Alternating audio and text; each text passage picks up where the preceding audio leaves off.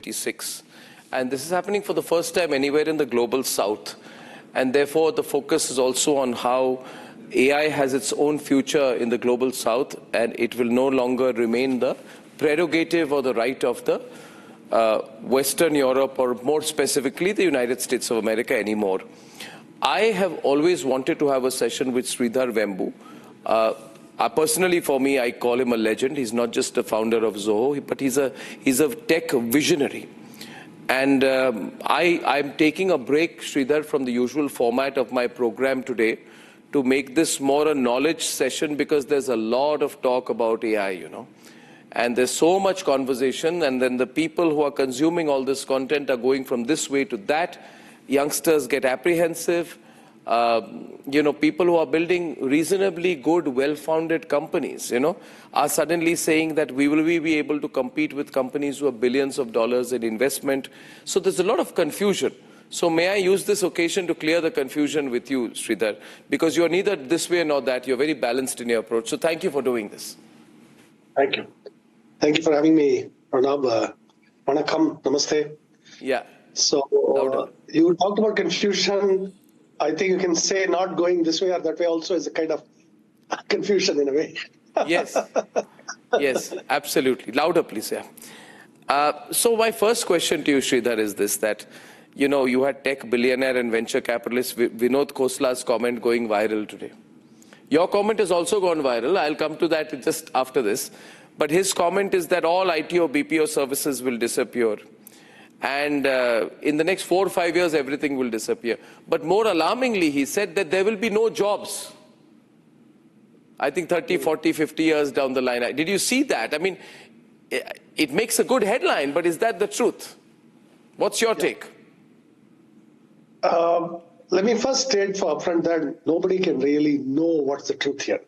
This truth has to be experienced over time. So that is neither he nor I can know truly that, for example, all jobs are going to be displaced or whatever. But I will state that past technology revolutions, where many jobs were actually destroyed. For example, take the Industrial Revolution, textile weaving jobs were destroyed. But we created a lot more other jobs.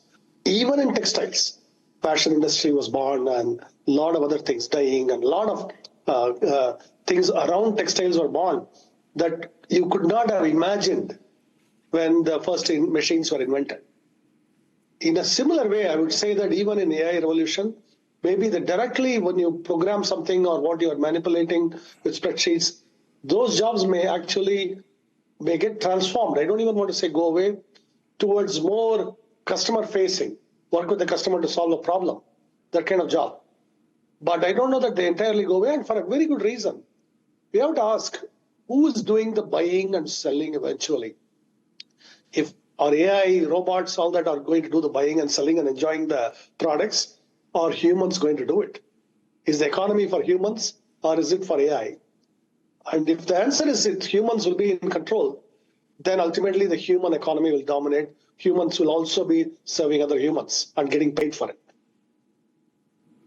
You also shared in your tweet, I completely agree with you on that. At the end of the day, we've become so carried away with the AI discussion. Sometimes we believe that we are going to be replaced. And I don't see that happening.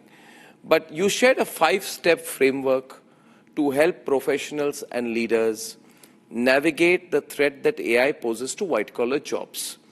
And your post was in response, I think, to a tweet by London School of Economics professor Luis Garisano, who's argued that many professional jobs cannot be fully automated because they are quote-unquote messy and require complex judgment. So you are saying that we're still in stage 1 or 2 about AI's impact on companies and jobs. Can you tell us a little bit more about this? What makes you so sure? Yeah. You see, if it was anyone else, it would be something else. What makes Sridhar Vembu so sure that white-collar jobs will not be taken away? I would state it this way. If already AI is now at least 3.5, 4 years in, and a lot of these coding tools are now well into their third or fourth generation now. And I don't think we have lost any meaningful number of jobs. If anything, overall, the number of jobs actually, even in software, has gone up. And even in the US, by the way, even in the US. So, and definitely in India too. So at least so far, the evidence is that jobs have not gone away. And then there is a second thing. There is, tens of millions of businesses out there that actually require help navigating this transformation. How do I best use these tools? Helping them navigate the transition itself are jobs. And so those kind of jobs get created. I mean, a good example, right? When the internet emerged, the World Wide Web emerged, a lot of people became, they set up websites for other companies. Those are still jobs. There are companies, small companies in small towns in India, from Tiruvannamalai or Indore, or anywhere, that people are actually working in these jobs where they set up websites, all of that. In a similar way, they could transition themselves to helping companies worldwide take advantage of the best AI tools maybe for a marketing campaign, maybe for setting up an app, all of this. So the jobs will change their character. And here India has an advantage. We have a youthful workforce that is very easily able to absorb all of this. I have programmers. Within like 3 days, they picked up these AI tools and they were very productive with it. 3 days. So that is the that is what youth confers. On the other hand, you hear a lot of angst in the West because the workforce is broadly middle-aged and above about, hey, at this age, do I really need to learn all of this new stuff? How many times are you going to disrupt me? That sentiment is there. But somebody who's like 23 or 24, that's not their problem. They just go pick it up and learn. So for these reasons, I'm particularly optimistic about India. So you've always believed, and you have defied, global expectations by being a bootstrapped, billion-dollar plus, many billion-dollar plus revenue company fighting with Salesforce, Microsoft. So you've shown that it is possible to do things in a Bharatiya way, in an Indian way. And that's what makes you unique. That's why I'm having this chat with you, Sridhar, because we hear only from the tech bros of USA otherwise. You're the best tech bro that India has. And therefore, in a way, what you're saying would make a lot of sense to people watching my program in India. So you said at the India AI Summit that we are investing a lot in a lot of the smaller models. They should be unglamorous right now, but they get the job done. And then you further said that this is going to be the norm in India, where a lot of smaller, resource-efficient, energy-efficient models happen, and then we scale up over time as the costs decline. Yeah. And most importantly, you admitted that right now we are rapidly deploying AI in the software development. We are seeing massive productivity gains in it. So if I take all of this together, it appears to me, Sridhar, that you are working on a unique model that is better applicable in an Indian setting, considering our demography, our locally available talent, and our ability to punch above our weight in terms of working hard. Am I getting this right? I mean, are you trying to evolve something? Are people like you trying to evolve something where AI becomes more India applicable AI, and then we compete with the world? Can you explain how this will happen? Yeah, right after my keynote, Sarvam AI launched a whole bunch of models built for India, translating across languages. Really beautiful work they have done. I think you should actually also talk to them. No, by the way, Sridhar, I just on an aside, do you know this? Pratyush was here, and he came here 2 weeks back to our campus, and then he came with a bunch of his engineers, and last time in the budget speech, Nirmala Sitharaman's speech was live, translated with very little latency time into Hindi and Kannada on our sister network. So we are working with them. Very nice, very nice. I'm so glad to hear it. So that's an example of very useful productive innovation done at scale at a very low cost. It's a price point we can afford, right? That's an example. And we have, every time we go to the airport, the whole Digi Yatra, all of that. Then every time we make a payment through UPI, These are technologies that have now become ubiquitous in India, yet on a much lower cost footprint. In fact, UPI is a very good example where the entire payment network in India costs a few $100 million to run. The corresponding Western networks are tens of billions, maybe closer to 100 billion to run. They have at least 50 billion to run. So that's the scale problem we are talking about. So we are able to get this done. See, the UPI solves a problem at a much lower cost footprint. And similar way, I believe AI, the same way it will arrive in India, it will be everywhere. And just like UPI or any of these, we will take it for granted. We won't even notice them. They're doing us valuable service. And like, for example, this interview would be live, listened to in Tamil and all the languages. Nobody will think twice about it at that point. That's what I think will happen about AI. Okay, so simple question. For Sarvam to get where it has, and it has a very proud IIT Madras base with the great Professor Kamakoti also inspiring them. In fact, he connected us to them first. But are you saying that for a American model to reach the level that Sarvam has today, and you have seen what they have presented at the AI Impact Summit, it would have taken much more capital, or the route would have been different? They definitely take a lot more capital. And it is also, see, there is an analogy earlier.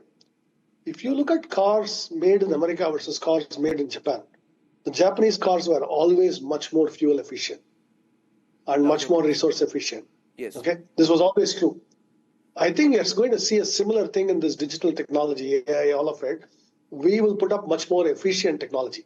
And this is a big issue today because the data centers needed to run these are running into billions of dollars, gigawatts of power. So we need resource efficient, capital efficient models, systems. And that, I believe, India has a unique advantage in creating them. Now, I want to also address, so if there's a young person watching today, Sridhar, and their question would be that, should we change the direction of our education, our purpose, our applied profession? Should we panic when we hear stories about, IT, BPO going away, all applications going away, zero jobs, etc.? Should young people change their approach? Because you said, I was hearing you said that with our vast youth population, we have the most AI enthusiastic population, you mentioned them, in the world. We're adopting it faster, AI faster than other nations. Now, let's examine the flip side then, Sridhar. India's demographic dividend depends on mass employment. What happens to coding, testing, documentation, analytics, customer support, which you are an expert in? Nobody better than you in this country today to tell us an answer to this. That when OpenAI, Google are aggressively building towards all of this, what happens to our original IT services model that was built on manpower scale? Yeah. This is actually, my answer is somewhat nuanced here. In fact, Anthropic CEO Dario Amodei just 2 days ago in Bangalore mentioned the same point. He was asked, so what do software engineers do if AI writes all the code or most of the code? He said, and this is something that I agree with him, and I also thought the same thing, you get closer to the customer and solve the customer problem. So you become what in the industry they call them forward deployed engineers. That means, Republic TV needs IT systems, analytics, whatever. There will be people working closely with you to solve the problem quickly. The idea is it could be days to production, days to creating value, to delivering the value for you, rather than months or years that current IT systems take. This could actually accelerate the number of projects you will do. Like there are many places where a lot of things are in our wish list that I need to get done, but they never got done because of lack of resources, not just money, but also human resources to get it done. All of those may come to be now. You may have a couple of people doing all of this very rapidly for your own company, for example. So this is how I see the evolution. So it is not time to be pessimistic. What I would tell young people is, and this is true before AI, do you have solid grounding in your engineering skills, whichever area of engineering you are in, or you're a very good software engineer, or you're a very good computer science person, or you're a very good mechanical engineer, civil engineer, all of that. That is non-negotiable.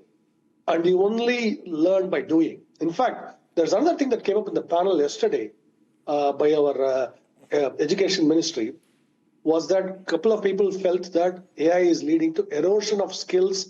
If you rely too heavily on AI, you are losing your critical thinking skills. So I would advise our youth to make sure that you have a solid grounding. It's the same thing we emphasize to kids. Just because you have a calculator, you are not allowed to escape from memorizing multiplication tables, right? It's the same with AI. AI is a better multiplication table. You don't want to outsource all your thinking to it. You want to be able to use it, but not abuse it where you let your own skills decline. So That's what I will tell you. are we going to transition from code writers to AI supervisors and business consultants? And if that is the case, are our engineering colleges prepared? Are tier 2 and tier 3 city graduates equipped for that transformation? Or will this benefit only, the shift to AI is benefiting only students or people from elite institutions? Will it widen inequality within the workforce? These are very legitimate concerns. I worry about these all the time. And what industry has to play a role in this? Because yes, the colleges have to catch up on this. I think rural colleges are doing better, but they are doing a better job now than 10 years ago. This idea has seeped in that people have to be ready for the workforce, not just some academic passing exams. That idea, I think, is seeping in. But more than that, the industry also has to partner with these colleges and have training programs, skill development, so that the people coming out of colleges are ready for the workforce, ready with the skills. So it's actually both responsibility of both the academic institutions as well as the industry. Therefore, broadly, are you advocating smaller, resource-efficient models as India's norm? Is that going to be the factor in the future also? Or will we have to change our strategy? I'm hearing you. I'm hearing what Ashwini Vaishnav has said here. I also heard what Ashwini Vaishnav said in Davos. I'm sure you saw him there when he gave it back to somebody who said, you are not tier 1 AI, and then he gave his own clear answer. So we are talking about, I would say, frugal AI, right? Or not austere AI, but frugal AI. Hardy, frugal AI.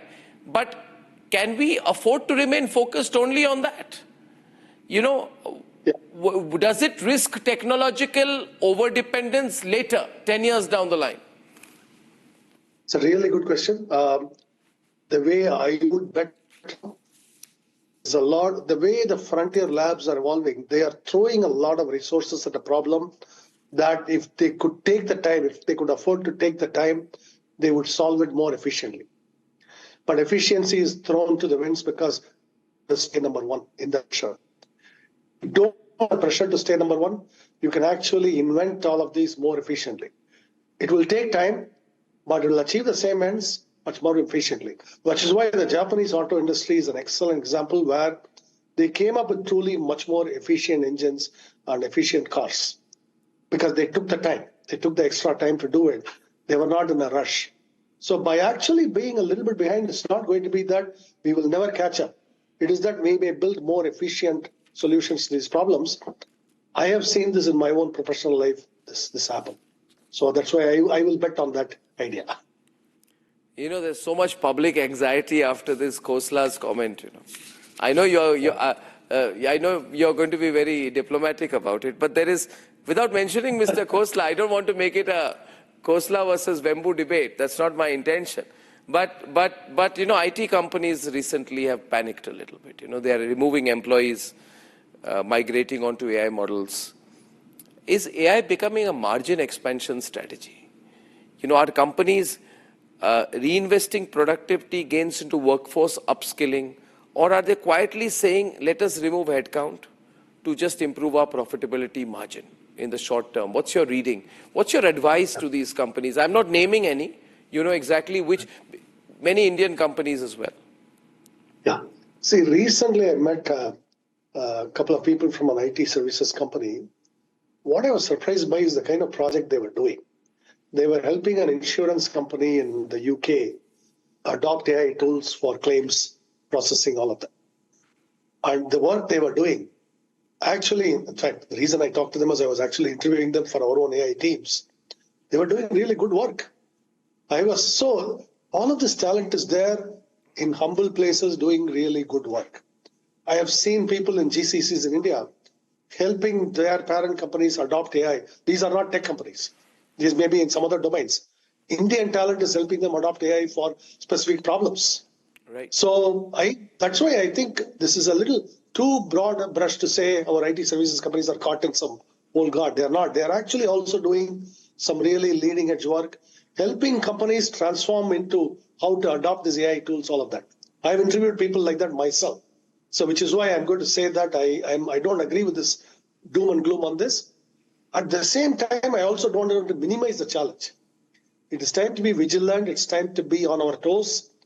But if we are on our toes, if we kind of act like the world is going to end, maybe we'll stave off that and we will come out well. My last question is on the hyperscalers, And again, you're a role model there, aren't you? I mean, you're someone who bootstrapped a company, made it so big, made it so effective. We feel so proud that there is one Indian company here taking on Microsoft, Salesforce, and doing it in its own way. Now, major technology companies are investing a lot in India. Google says we'll invest 15 billion to establish a first AI hub. Microsoft followed with 17.45 billion commitment to expand cloud and AI infrastructure. Amazon, they're all in a race, with each other. Amazon is saying we'll put 35 billion. The target is longer, 2030. Now, these commitments are part of a broader investment pipeline. If hyperscalers pour billions into India,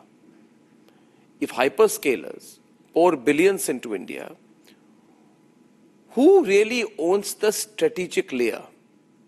The infrastructure host country, given the changes that have happened in the budget also proposed, or the model builders who control the algorithms, data sets, and the distribution?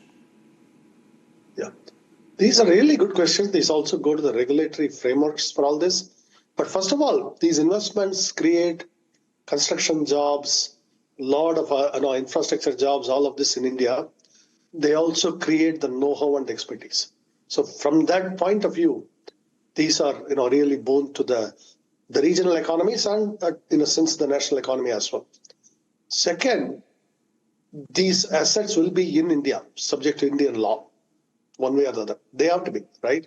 They cannot be subject to some other law. They are in our land here, in our shores. So that is why, long term, if there is someone trying to weaponize us, it is better to have the data centers here. Then Indian law will apply. So they cannot weaponize against us. I think those companies know that too.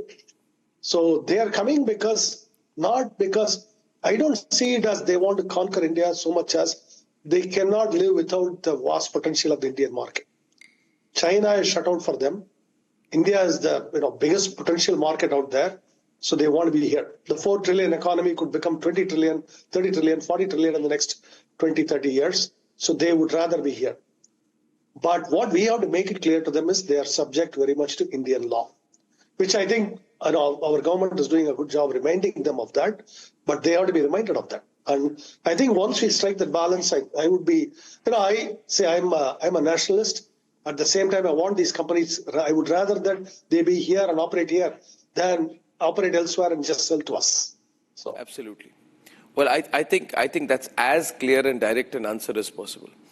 Well, I think this 20-25 minute conversation will help clear a lot of doubts in the minds of people. And is there something you would say to a 21-year-old or a 25-year-old today interested in technology at a broad level that I can wrap this up with? I lost the link there, I think. Is it? We will wait till we get his frame back, because that's one part I don't. Yeah, I lost you there. Can we, because we lost your video there, can you come again? My question was, what would you say to a 25-year-old about AI and its potential on their life? First, experiment with these tools. Don't just read about them. Don't just study them, but actually go learn how to use them and play with them. Even pay for some of the small subscription, because some of the best models are only if you pay them. Also play with the free models, all of that, the Chinese models, everything. Get to learn their their strengths, their weaknesses, how to get the most out of them. Those skills will be very valuable because you may be able to help some company somewhere who immediately needs to get on these and they don't have that talent pool for it. You can teach them. That would be a job for you. So that's why I say learn, learn, learn. That's what I tell my people too. Fantastic. That's very practical advice. I cannot thank you enough for doing this. This has been a very useful session, very, very timely. Please enjoy the rest of the OpenAI, the whole AI Impact Summit. And I look forward to talking to you soon again, Sridhar. Thank you. Thank you.